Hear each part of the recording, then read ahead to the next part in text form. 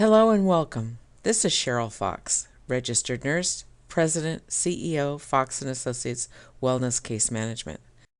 I'd like to welcome you to the presentation of Healthy Hand Care Techniques. Stop the spread of germs. Goals and objectives. At the end of this presentation, you will be able to identify ways to prevent spread of disease and infection.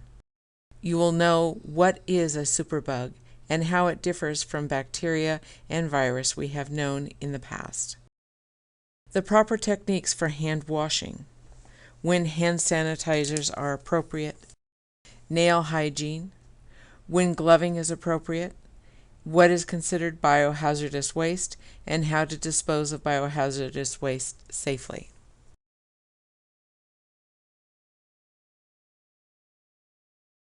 Why is hand hygiene important? The 10 best ways to prevent spreading of disease and germs is hand washing. Disease prevention for you, disease prevention for those you care about, and disease prevention for the community. This is more important than ever now that there are diseases and germs in our community that are death-defying. They are easily spread by hand-to-hand contact, and they are not treatable. I am sure you've heard the term superbugs. Once only found in hospital settings are now in our community. These superbugs are both bacterial and viral. As you may already know, viral diseases cannot be treated with antibiotics. They have to live their life cycle and die off. Luckily, most viruses are fragile and die quickly. They are unable to live outside of a warm, moist host for any period of time. However, some viruses can live within the person's body forever, such as herpes and HIV, and can only be treated with antiviral medications. These medications can minimize symptoms, but the person will never be cured of the disease. Bacterial infections can be treated with antibiotics.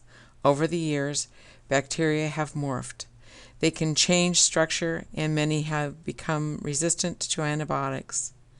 The sheer volume of antibiotics that have been prescribed is the major factor involved in increasing rates of bacteria-resistant infection. Antibiotic resistance means the bacteria is able to survive after exposure to one or more antibiotics. Superbugs also have the ability to live outside of the body for long periods of time. Unlike a virus, such as HIV, the virus cannot be transferred by a handshake. Antibiotic-resistant bacteria can live for days outside of the body and on surfaces of doors, doorknobs, countertops, and floors. Days after exposure, the bacteria can be transferred to others. This is why not only good hand hygiene is important, but excellent hygiene protects you, your client, your loved ones, and the community. These are guidelines for when to wash your hands, but these are not the only times. Let common sense and good judgment guide you. When in doubt, wash your hands. So when do you wash your hands? Before, during, and after preparing food? Before eating? Before and after treating a cut or a wound or giving medication? Changing diapers or cleaning following toileting a client? After blowing your nose, coughing, sneezing, or assisting a client with blowing their nose, coughing, or sneezing?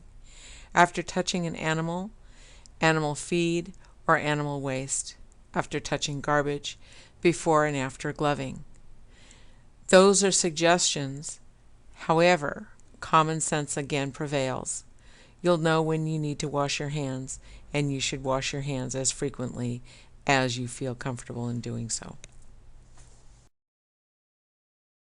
Everyone knows how to wash their hands, but do you know how to wash your hands in such a way that you're able to kill superbugs? What's the right way to wash your hands? First of all, wet your hands with clean, warm, running water. and apply liquid antimicrobial soap. Oftentimes bars of soap are available, but be reminded that those bars of soap stay stagnant and can actually hold bacteria. Liquid antimicrobial soap is the preferred soap for hand washing. Rub your hands together to make a lather and scrub them well.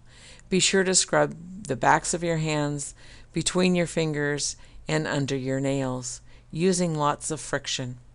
Continue rubbing your hands for at least 20 seconds. Need a timer? Hum the birthday song, or row, row, row your boat twice. That's approximately 20 seconds. Rinse your hands well with running water and dry your hands using a paper towel or air dry, also remembering that cloth towels hold moisture and therefore hold bacteria. Hand sanitizers are a relatively new product. They should not be used instead of hand washing, but can be used between tasks to assure hand hygiene and safety is adhered to. When to use hand sanitizers? Hand sanitizers may not be effective when hands are visibly dirty. That always requires good hand washing as previously discussed. Product must contain at least 60% alcohol. Apply product to the palm of your hand. Rub hands briskly together, again, friction being what will actually destroy the bacteria. Rub product over all surfaces of hands and fingers until they are dry. When providing personal care, it's important to remember artificial nails hold bacteria even after the most diligent hand washing. Artificial nails should never be worn when providing direct client care. These are the guidelines for nail care and hygiene. Keep nails short. Clean under nails at least daily and as needed. Scrub the inside of the nails with soap and water every time you wash your hands. Clean any nail grooming equipment before use. Avoid biting or chewing your nails. Avoid cutting cuticles as they act as a barrier to prevent infection. Never rip or bite a hangnail. Instead, clip it with a clean, sanitized nail trimmer. Gloves will always be worn when there is a possibility of exposure to bodily fluids. Again, common sense and good judgment should always be used.